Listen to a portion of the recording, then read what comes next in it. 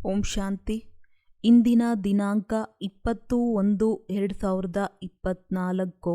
ಮಧುರ ಮಕ್ಕಳೇ, ನೀವು ಕಲ್ಯಾಣಕಾರಿ ತಂದೆಯ ಮಕ್ಕಳ ಕರ್ತವ್ಯವಾಗಿದೆ ಸರ್ವರ ಕಲ್ಯಾಣ ಮಾಡುವುದು. ಎಲ್ಲರಿಗೆ ತಂದೆಯ ನೆನಪು ಮಾಡುತ್ತಾ ಜ್ಞಾನ ದಾನ ಕೊಡುವುದು. ಪ್ರಶ್ನೆ: ಬಾಬಾರವರು ಮಹಾರಥಿ ಎಂದು ಯಾವ ಮಕ್ಕಳಿಗೆ ಹೇಳುತ್ತಾರೆ? ಅವರ ಲಕ್ಷಣಗಳೇನಾಗಿವೆ? ಉತ್ತರ: ಯಾರು ಒಳ್ಳೆಯ ರೀತಿ ಓದುತ್ತಾರೆ ಮತ್ತು ಓದಿಸುತ್ತಾರೆ, ಯಾರ ಮೇಲೆ ಸದಾ ಬೃಹಸ್ಪತಿಯ ದಶೆ ಇದೆ, ಯಾರು ತಮ್ಮ ಮತ್ತು ಸರ್ವ ಉನ್ನತಿಯ ಸದಾ ಚಿಂತೆ ಇರುತ್ತದೆ, ಯಾರು ಯಜ್ಞ ಸೇವೆಯಲ್ಲಿ ಮೂಳೆಗಳನ್ನು ತೊಡಗಿಸುತ್ತಾರೆ, ಯಾರು ಬಾಬಾರವರ ಕಾರ್ಯದಲ್ಲಿ ಸಹಯೋಗಿಗಳಾಗಿರುತ್ತಾರೆ, ಅವರು ಮಹಾರಥಿಗಳಾಗಿದ್ದಾರೆ. ಇಂತಹ ಮಹಾರಥಿ ಮಕ್ಕಳಿಗೆ ಬಾಬಾರವರು ಹೇಳುತ್ತಾರೆ, ಇವರು ನನ್ನ ಸುಪುತ್ರ ಮಕ್ಕಳಾಗಿದ್ದಾರೆ. ಓಂ ಶಾಂತಿ. ಇತ್ತೀಚೆಗೆ ಮಕ್ಕಳು ಶಿವ ಜಯಂತಿಗಾಗಿ ತಯಾರಿ ಮಾಡುತ್ತಿದ್ದಾರೆ. ಕಾರ್ಡ್ ಇತ್ಯಾದಿಗಳನ್ನು ಮುದ್ರಿಸುತ್ತಾರೆ. ತಂದೆಯು ತಿಳಿಸುತ್ತಾರೆಂದರೆ ಬಹಳ ಮುಖ್ಯವಾಗಿದೆ.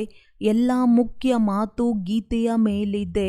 ಮನುಷ್ಯರು ಮಾಡಿರುವಂತಹ ಗೀತೆಯನ್ನು ಓದುತ್ತಾ ಓದುತ್ತಾ ಅರ್ಧಕಲ್ಪ ಕೆಳಗಡೆ ಇಳಿಯುತ್ತಾ ಬಂದಿದ್ದಾರೆ. ಇದನ್ನು ನೀವು ತಿಳಿದುಕೊಂಡಿದ್ದೀರಿ. ಅರ್ಧಕಲ್ಪ ದಿನ, ಅರ್ಧಕಲ್ಪ ರಾತ್ರಿ. ಈಗ ಬಾಬಾರವರು ಟಾಪಿಕ್ ಕೊಡುತ್ತಾರೆ, ಅದರ ಮೇಲೆ ಮಂಥನ ಮಾಡಬೇಕಾಗುತ್ತದೆ. ನೀವು ಬರೆಯಬಹುದು, ಸಹೋದರರೇ ಮತ್ತು ಸಹೋದರಿಯರೇ, ಬಂದು ತಿಳಿದುಕೊಳ್ಳಿರಿ. ಒಂದು ಗೀತಾ ಜ್ಞಾನದ ಶಾಸ್ತ್ರವಾಗಿದೆ, ಬಾಕಿ ಎಲ್ಲ ಶಾಸ್ತ್ರ ಭಕ್ತಿಯದ್ದಾಗಿದೆ. ಜ್ಞಾನದ ಶಾಸ್ತ್ರ ಒಂದೇ ಆಗಿದೆ. ಯಾವುದು ಪುರುಷೋತ್ತಮ ಸಂಗಮ ಯುಗದಲ್ಲಿ ಬೇಹದ್ದಿನ ತಂದೆ ಪರಂಪಿತ ಪರಮಾತ್ಮ ತ್ರಿಮೂರ್ತಿ ಶಿವ ತಿಳಿಸುತ್ತಾರೆ ಅಥವಾ ಬರೆಯಬೇಕು, ಬ್ರಹ್ಮನ ಮೂಲಕ ತಿಳಿಸುತ್ತಾರೆ. ಯಾವುದರಿಂದ 21 ಜನ್ಮ ಸದ್ಗತಿಯಾಗುತ್ತದೆ. ಜ್ಞಾನದ ಗೀತೆಯಿಂದ 21 ಜನ್ಮದ ಆಸ್ತಿ ಸಿಗುತ್ತದೆ. ನಂತರ 63 ಜನ್ಮ ಭಕ್ತಿಯ ಗೀತೆ ನಡೆಯುತ್ತದೆ. ಯಾವುದನ್ನು ಮನುಷ್ಯರು ಮಾಡಿದ್ದಾರೆ. ತಂದೆಯು ರಾಜಯೋಗವನ್ನು ಕಲಿಸಿ ಸದ್ಗತಿ ಮಾಡುತ್ತಾರೆ. ನಂತರ ಕೇಳುವ ಅವಶ್ಯಕತೆ ಇರುವುದಿಲ್ಲ. ಈ ಜ್ಞಾನದ ಗೀತೆಯಿಂದ ದಿನವಾಗುತ್ತದೆ. ಇದನ್ನು ಜ್ಞಾನದ ಸಾಗರ ತಂದೆಯೇ ತಿಳಿಸುತ್ತಾರೆ. ಯಾವುದರಿಂದ 21 ಜನ್ಮ ಗತಿ ಸದ್ಗತಿಯಾಗುತ್ತದೆ, ಅರ್ಥಾತ್ 100% ಪವಿತ್ರತೆಯ ಸುಖ ಶಾಂತಿಯ ಅಟಲ ಅಖಂಡ ಸತ್ಯಯುಗಿ ದೈವಿ ಸ್ವರಾಜ್ಯ ಸಿಗುತ್ತದೆ. 21 ಜನ್ಮಕ್ಕಾಗಿ ಏರುವ ಕಲೆ ಇರುತ್ತದೆ. ಮನುಷ್ಯರು ಮಾಡಿರುವ ಗೀತೆಯಿಂದ ಇಳಿಯುವ ಕಲೆಯಾಗುತ್ತದೆ. ಭಕ್ತಿಯ ಗೀತೆ ಮತ್ತು ಜ್ಞಾನದ ಗೀತೆಯ ಮೇಲೆ ಒಳ್ಳೆಯ ರೀತಿಯಲ್ಲಿ ವಿಚಾರ ಸಾಗರ ಮಂಥನ ಮಾಡಿರಿ. ಇದು ಮೂಲ ಮಾತಾಗಿದೆ. ಯಾವುದನ್ನು ಮನುಷ್ಯರು ತಿಳಿದುಕೊಂಡಿಲ್ಲ. ನೀವು ತ್ರಿಮೂರ್ತಿ ಶಿವ ಜಯಂತಿಯಿಂದ ಶ್ರೀಮದ್ ಭಗವದ್ಗೀತಾ ಜಯಂತಿಯಿಂದ ಸರ್ವರ ಸದ್ಗತಿ ಭವಂತಿ ಎಂದು ಬರೆಯುತ್ತೀರಿ. ಮನುಷ್ಯರು ಮನುಷ್ಯರ ಸದ್ಗತಿಯನ್ನು ಮಾಡಲು ಸಾಧ್ಯವಿಲ್ಲ ಎಂದು ನೀವು ಎಲ್ಲರಿಗೆ ಹೇಳಬಹುದು. ಭಗವಂತ ಸದ್ಗತಿಯನ್ನು ಮಾಡಲು ಬರುತ್ತಾರೆ ಪುರುಷೋತ್ತಮ ಸಂಗಮ ಯುಗದಲ್ಲಿ. ಯಾವುದು ಈಗ ನಡೆಯುತ್ತಿದೆ. ಇದು 2-3 ಪಾಯಿಂಟ್ಸ್ ಮುಖ್ಯವಾಗಿದೆ. ಶಿವ ಮತ್ತು ಕೃಷ್ಣನ ಗೀತೆಯ ವ್ಯತ್ಯಾಸವಂತೂ ಇದೆ. ತ್ರಿಮೂರ್ತಿ ಶಿವ ಭಗವಂತನಿಂದ ಸಂಗಮದಲ್ಲಿ ಗೀತೆಯನ್ನು ಕೇಳುವುದರಿಂದ ಸದ್ಗತಿಯಾಗುತ್ತದೆ. ಇಂತಿಂತಹ ಪಾಯಿಂಟ್ಸ್ಗಳ ಮೇಲೆ ಯಾರಾದರೂ ವಿಚಾರ ಸಾಗರ ಮಂಥನ ಮಾಡಿದರೆ ಆಗ ಬೇರೆಯವರ ಮೇಲೆಯೂ ಪ್ರಭಾವ ಬೀಳಲಿ. ಮನುಷ್ಯರು ಮನುಷ್ಯರ ಸದ್ಗತಿಯನ್ನು ಎಂದೂ ಮಾಡಲು ಸಾಧ್ಯವಿಲ್ಲ. ಕೇವಲ ಒಂದೇ ತ್ರಿಮೂರ್ತಿ ಪರಂಪಿತ ಪರಮಾತ್ಮ ಶಿವ ಯಾರು ಶಿಕ್ಷಕರಾಗಿದ್ದಾರೆ, ಸದ್ಗುರುವಾಗಿದ್ದಾರೆ, ಅವರು ಈ ಪುರುಷೋತ್ತಮ ಸಂಗಮ ಯುಗದಲ್ಲಿ ಸರ್ವರ ಸದ್ಗತಿ ಮಾಡುತ್ತಿದ್ದಾರೆ. ಕಾರ್ಡಲ್ಲಿ ಸ್ವಲ್ಪವೇ ಬರವಣಿಗೆ ಇರಲಿ, ಮೇಲೆ ಬರೆಯಬೇಕು: ಕಲಿಯುಗಿ ಕವಡೆ ಸಮಾನ ಪತಿತ ಮನುಷ್ಯರಿಂದ ಸತ್ಯಯುಗಿ ವಜ್ರ ಸಮಾನ ಪಾವನ ದೇವಿ ದೇವತೆಗಳನ್ನಾಗಿ ಮಾಡುವ ಈಶ್ವರಿಯ ನಿಮಂತ್ರಣ. ಈ ರೀತಿ ಬರೆಯುವುದರಿಂದ ಮನುಷ್ಯರು ಖುಷಿಯಿಂದ ತಿಳಿದುಕೊಳ್ಳುವುದಕ್ಕೆ ಬರುವರು. ಸದ್ಗತಿದಾತ ತಂದೆಯದೇ ಶಿವ ಜಯಂತಿಯನ್ನು ಆಚರಿಸಲಾಗುತ್ತದೆ. ಒಂದೇ ಬಾರಿ ಸ್ಪಷ್ಟ ಅಕ್ಷರಗಳಿರಲಿ. ಮನುಷ್ಯರಂತೂ ಭಕ್ತಿ ಮಾರ್ಗದಲ್ಲಿ ಎಷ್ಟೊಂದು ಶಾಸ್ತ್ರಗಳನ್ನು ಓದುತ್ತಾರೆ, ತಲೆ ಕೆಡಿಸಿಕೊಳ್ಳುತ್ತಾರೆ. ಇಲ್ಲಿ 1 ಸೆಕೆಂಡಿನಲ್ಲಿ ಬೇಹದ್ದಿನ ತಂದೆಯಿಂದ ಮುಕ್ತಿ, ಜೀವನ್ಮುಕ್ತಿ ಸಿಗುತ್ತದೆ. ಯಾವಾಗ ತಂದೆಯವರಾಗಿ ಅವರಿಂದ ಜ್ಞಾನವನ್ನು ತೆಗೆದುಕೊಳ್ಳುತ್ತೀರೆಂದರೆ ಜೀವನ್ಮುಕ್ತಿ ಅವಶ್ಯವಾಗಿ ಸಿಗುತ್ತದೆ. ಮೊದಲು ಮುಕ್ತಿಯಲ್ಲಿ ಹೋಗಿ ಹೇಗೆ ಪುರುಷಾರ್ಥ ಮಾಡಿರುತ್ತಾರೆಯೋ ಹಾಗೆಯೇ ಜೀವನ್ಮುಕ್ತಿಯಲ್ಲಿ ಅವಶ್ಯ ಬರುತ್ತಾರೆ. ಜೀವನ್ಮುಕ್ತಿ ಅವಶ್ಯವಾಗಿ ಸಿಗುತ್ತದೆ.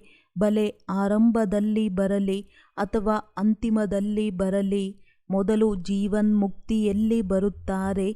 ನಂತರ ಜೀವನ ಬಂಧನದಲ್ಲಿ ಇಂತಿಂತಹ ಮುಖ್ಯ ಪಾಯಿಂಟ್ಸ್ ಒಂದು ವೇಳೆ ಧಾರಣೆ ಮಾಡಿದರೆ ಆಗ ಬಹಳ ಸರ್ವೀಸ್ ಮಾಡಬಹುದು. ಒಂದು ವೇಳೆ ತಂದೆಯನ್ನು ತಿಳಿದುಕೊಂಡಿದ್ದರೆ ಬೇರೆಯವರಿಗೂ ಪರಿಚಯ ಕೊಡಿ. ಯಾರಿಗೂ ಪರಿಚಯ ಕೊಡುವುದಿಲ್ಲವೆಂದರೆ ಜ್ಞಾನವಿಲ್ಲ ಎಂದು ಅರ್ಥ. ತಿಳುವಳಿಕೆ ಕೊಡಲಾಗುತ್ತದೆ, ಆದರೆ ಅದೃಷ್ಟದಲ್ಲಿ ಇಲ್ಲ. ಕಲ್ಯಾಣಕಾರಿ ತಂದೆಯ ಮಕ್ಕಳು ಕಲ್ಯಾಣ ಮಾಡಬೇಕಾಗಿದೆ. ಇಲ್ಲವೆಂದರೆ ತಂದೆಯು ತಿಳಿಯುತ್ತಾರೆ, ಇವರು ಹೇಳುವುದಕ್ಕೆ ಮಾತ್ರ ಹೇಳುತ್ತಾರೆ. ನಾವು ಶಿವಬಾಬಾರವರ ಮಕ್ಕಳಾಗಿದ್ದೇವೆ, ಕಲ್ಯಾಣವಂತೂ ಮಾಡುವುದಿಲ್ಲ. ಸಾಹುಕಾರ ಅಥವಾ ಬಡವರು ಕಲ್ಯಾಣವಂತೂ ಎಲ್ಲರದ್ದೂ ಮಾಡಬೇಕು. ಆದರೆ ಮೊದಲು ಬಡವರಿಗೆ ಹೇಳಲಾಗುತ್ತದೆ, ಏಕೆಂದರೆ ಅವರಿಗೆ ಸಮಯವಿರುತ್ತದೆ. ಡ್ರಾಮಾದಲ್ಲಿ ಈ ರೀತಿಯೇ ನಿಗದಿಯಾಗಿದೆ.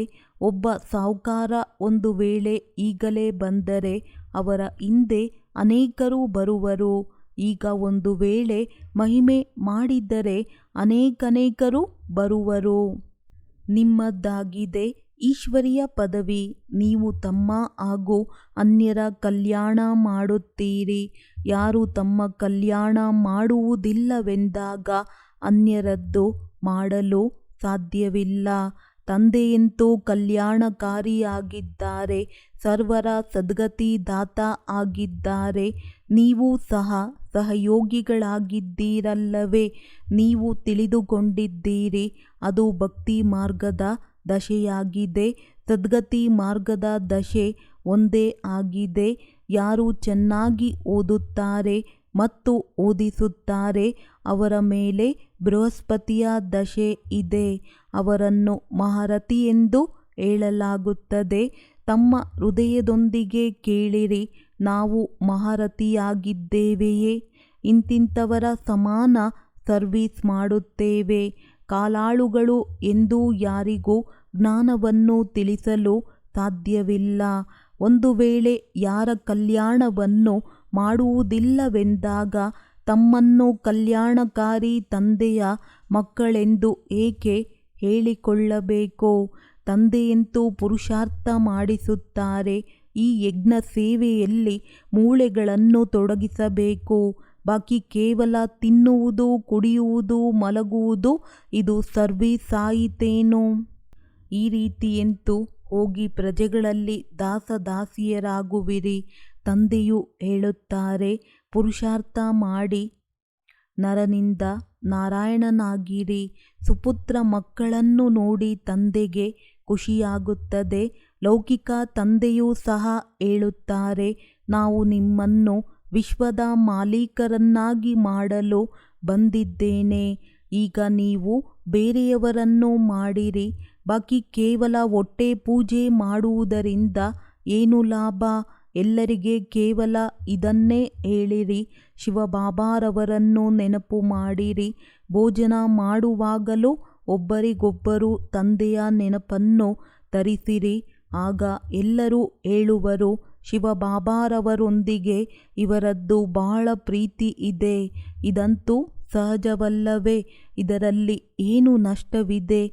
ಅಭ್ಯಾಸವಾದರೆ ತಿನ್ನುತ್ತಲೂ ತಂದೆಯ ನೆನಪು ಮಾಡುವಿರಿ. ದೈವಿ ಗುಣಗಳನ್ನು ಅವಶ್ಯವಾಗಿ ಧಾರಣೆ ಮಾಡಬೇಕು. ಈಗಂತೂ ಎಲ್ಲರೂ ಕರೆಯುತ್ತಾರೆ, ಏ ಪತಿತ ಪಾವನ ಬನ್ನಿ ಅಂದಾಗ ಅವಶ್ಯವಾಗಿ ಪತಿತರಾದರಲ್ಲವೇ? ಶಂಕರಾಚಾರ್ಯರೂ ಸಹ ಶಿವನನ್ನು ನೆನಪು ಮಾಡುತ್ತಾರೆ, ಏಕೆಂದರೆ ಅವರೇ ಪತಿತ ಪಾವನರಾಗಿದ್ದಾರೆ. ಅರ್ಧಕಲ್ಪ ಭಕ್ತಿ ಮಾಡುತ್ತಾರೆ, ನಂತರ ಭಗವಂತ ಬರುತ್ತಾರೆ. ಯಾರಿಗೂ ಲೆಕ್ಕ ಸ್ವಲ್ಪವೂ ಗೊತ್ತಿಲ್ಲ.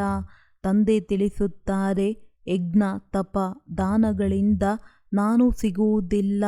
ಇದರಲ್ಲಿ ಗೀತೆಯು ಬಂದು ಬಿಡುತ್ತದೆ. ಈ ಶಾಸ್ತ್ರ ಇತ್ಯಾದಿಗಳನ್ನು ಓದುವುದರಿಂದ ಯಾರ ಸದ್ಗತಿಯಾಗುವುದಿಲ್ಲ.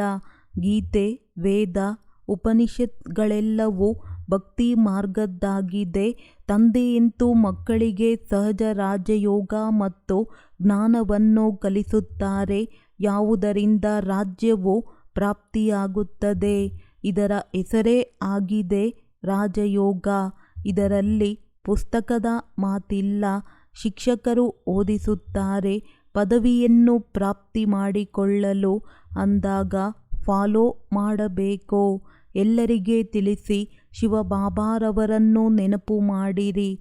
ಅವರು ನಮ್ಮೆಲ್ಲರ ಆತ್ಮರ ತಂದೆಯಾಗಿದ್ದಾರೆ. ಶಿವಬಾಬಾರವರನ್ನು ನೆನಪು ಮಾಡುವುದರಿಂದ ವಿಕರ್ಮ ವಿನಾಶವಾಗುವುದು. ಒಬ್ಬರಿಗೊಬ್ಬರು ಎಚ್ಚರಿಕೆಯನ್ನು ಕೊಟ್ಟು ಉನ್ನತಿಯನ್ನು ಪಡೆದುಕೊಳ್ಳಬೇಕು. ಎಷ್ಟು ನೆನಪು ಮಾಡುತ್ತೀರಿ ಅಷ್ಟು ತಮ್ಮದೇ ಕಲ್ಯಾಣವಿದೆ. ನೆನಪಿನ ಯಾತ್ರೆಯಿಂದ ಇಡೀ ವಿಶ್ವವನ್ನು ಪವಿತ್ರವನ್ನಾಗಿ ಮಾಡುವುದು. ನೆನಪಿನಲ್ಲಿದ್ದು ಭೋಜನ ಮಾಡಿದಾಗ ಅದರಲ್ಲಿ ಶಕ್ತಿ ಬರುತ್ತದೆ. ಅದಕ್ಕೆ ನಿಮ್ಮ ಬ್ರಹ್ಮ ಭೋಜನದ ಬಹಳ ಮಹಿಮೆ ಇದೆ. ಆ ಭಕ್ತ ಜನರು ಭೋಗವನ್ನು ಇಡುತ್ತಿರುವಾಗಲೂ ರಾಮ ರಾಮನೆಂದು ಹೇಳುತ್ತಿರುತ್ತಾರೆ. ರಾಮನಾಮದ ದಾನ ಕೊಡುತ್ತಾರೆ. ನಿಮ್ಮ ಬುದ್ಧಿಯಲ್ಲಿ ಪದೇ ಪದೇ ತಂದೆಯ ನೆನಪು ಇರಬೇಕಾಗಿದೆ. ಬುದ್ಧಿಯಲ್ಲಿ ಇಡೀ ದಿನ ಜ್ಞಾನವಿರಬೇಕಾಗಿದೆ. ತಂದೆಯ ಹತ್ತಿರ ಇಡೀ ರಚನೆಯ ಆದಿ ಮಧ್ಯ ಅಂತ್ಯದ ಜ್ಞಾನವಿದೆಯಲ್ಲವೇ? ಶ್ರೇಷ್ಠಾತಿ ಶ್ರೇಷ್ಠ ಭಗವಂತನಾಗಿದ್ದಾರೆ. ನೀವು ಅವರನ್ನು ನೆನಪು ಮಾಡಿದರೆ ಶ್ರೇಷ್ಠ ಪದವಿ ಪ್ರಾಪ್ತಿ ಮಾಡಿಕೊಳ್ಳುವಿರಿ. ಬೇರೆಯವರನ್ನು ಏಕೆ ನೆನಪು ಮಾಡಬೇಕು? ತಂದೆಯು ಹೇಳುತ್ತಾರೆ, ನನ್ನನ್ನು ನೆನಪು ಮಾಡುತ್ತೀರೆಂದರೆ ಬೇರೆ ಎಲ್ಲವನ್ನೂ ಬಿಡಬೇಕಾಗುತ್ತದೆ. ಇದಾಗಿದೆ ಅವ್ಯಭಿಚಾರಿ ನೆನಪು. ಒಂದು ವೇಳೆ ನೆನಪಿರುವುದಿಲ್ಲವೆಂದರೆ ಗಂಟು ಕಟ್ಟಿಕೊಳ್ಳಿರಿ. ತಮ್ಮ ಉನ್ನತಿಗಾಗಿ ಶ್ರೇಷ್ಠ ಪದವಿ ಪಡೆಯಲು ಅವಶ್ಯವಾಗಿ ಪುರುಷಾರ್ಥ ಮಾಡಬೇಕು. ನಮ್ಮನ್ನು ಸಹ ಶಿಕ್ಷಕರನ್ನಾಗಿ ಮಾಡುವಂತಹ ಶಿವಬಾಬಾರವರು ನಮ್ಮ ಶಿಕ್ಷಕರಾಗಿದ್ದಾರೆ. ನೀವೆಲ್ಲರೂ ಪಂಡಿತರಾಗಿದ್ದೀರಲ್ಲವೇ? ಪಂಡಿತರ ಕೆಲಸವಾಗಿದೆ ದಾರಿಯನ್ನು ತೋರಿಸುವುದು. ಇಷ್ಟೆಲ್ಲ ಜ್ಞಾನ ಮೊದಲು ನಿಮ್ಮಲ್ಲಿ ಸ್ವಲ್ಪವೂ ಇರಲಿಲ್ಲ. ಎಲ್ಲರೂ ಹೇಳುತ್ತಾರೆ, ಮೊದಲಂತೂ ಆಣೆಯಷ್ಟು ವಿದ್ಯೆ ಇತ್ತು. ಅದಂತೂ ಅವಶ್ಯವಾಗಿ ಇರುವುದು. ಡ್ರಾಮಾದ ಅನುಸಾರವಾಗಿ ಕಲ್ಪದ ಮೊದಲಿನ ಹಾಗೆ ಓದುತ್ತಿರುತ್ತಾರೆ. ಮತ್ತೆ ಕಲ್ಪದ ನಂತರವೂ ಇದೇ ರೀತಿ ಓದುವವರು. ಅಂತಿಮದಲ್ಲಿ ನಿಮಗೆ ಎಲ್ಲವೂ ಸಾಕ್ಷಾತ್ಕಾರವಾಗುತ್ತದೆ. ಸಾಕ್ಷಾತ್ಕಾರವಾಗುವುದರಲ್ಲಿ ತಡವಾಗುವುದಿಲ್ಲ. ಬಾಬಾರವರಿಗೆ ಬೇಗ ಬೇಗ ಸಾಕ್ಷಾತ್ಕಾರವಾಗುತ್ತಾ ಹೋಯಿತು. ಇಂತಿಂಥವರು ರಾಜರಾಗುವರು. ಇದು ಡ್ರೆಸ್ ಆಗಿದೆ. ಶುರುವಿನಲ್ಲಿ ಮಕ್ಕಳಿಗೆ ಬಹಳ ಸಾಕ್ಷಾತ್ಕಾರವಾಗುತ್ತಿತ್ತು. ನಂತರ ಅಂತಿಮದಲ್ಲಿ ಬಹಳವಾಗುತ್ತದೆ. ನೆನಪು ಮಾಡುವರು. ಒಳ್ಳೆಯದು. ಮಧುರಾತಿ ಮಧುರ ಅಗಲಿ ಹೋಗಿ ಮರಳಿ ಸಿಕ್ಕಿದ ಮಕ್ಕಳ ಪ್ರತಿ ಮಾತ್ಪಿತಾ ಬಾಪ್ ದಾದಾರವರ ನೆನಪು, ಪ್ರೀತಿ ಹಾಗೂ ಗುಡ್ ಮಾರ್ನಿಂಗ್. ಆತ್ಮಿಕ ಮಕ್ಕಳಿಗೆ ಆತ್ಮಿಕ ತಂದೆಯ ನಮಸ್ತೆ. ಧಾರಣೆಗಾಗಿ ಮುಖ್ಯ ಸಾರ. ಭೋಜನ ಮಾಡುವಾಗ ಒಬ್ಬರಿಗೊಬ್ಬರು ತಂದೆಯ ನೆನಪನ್ನು ತರಿಸಿರಿ. ನೆನಪಿನಲ್ಲಿ ಭೋಜನ ಮಾಡಿ ಒಬ್ಬ ಶಿವಬಾಬಾರವರಿಂದ ಸತ್ಯ ಪ್ರೀತಿಯನ್ನು ಇಟ್ಟುಕೊಳ್ಳಿರಿ. ಯಜ್ಞ ಸೇವೆಯಲ್ಲಿ ಮೂಳೆಗಳನ್ನು ತೊಡಗಿಸಬೇಕು. ತಂದೆಗೆ ಪೂರ್ಣ ಸಹಯೋಗಿಗಳಾಗಬೇಕಾಗಿದೆ. ಎಲ್ಲ ಗೋಪ ಗೋಪಿಯರ ಪ್ರತಿ ಮಾತೇಶ್ವರಿಜಿಯವರ ಹಸ್ತಗಳಿಂದ ಬರೆದಿರುವ ನೆನಪಿನ ಪತ್ರ 1961. ಎಲ್ಲ ಗೋಪ ಗೋಪಿಯರ ಪ್ರತಿ ಅತಿ ನೆನಪು ಪ್ರೀತಿ. ನಂತರ ಸಮಾಚಾರವೇನೆಂದರೆ, ನೀವೆಲ್ಲರೂ ಗೃಹಸ್ಥ ವ್ಯವಹಾರದಲ್ಲಿರುತ್ತಾ ಕಮಲ ಪುಷ್ಪ ಸಮಾನ ತಮ್ಮ ಜೀವನದಲ್ಲಿ ಸಫಲತೆಯನ್ನು ಪಡೆಯುತ್ತಿರುತ್ತೀರಲ್ಲವೇ.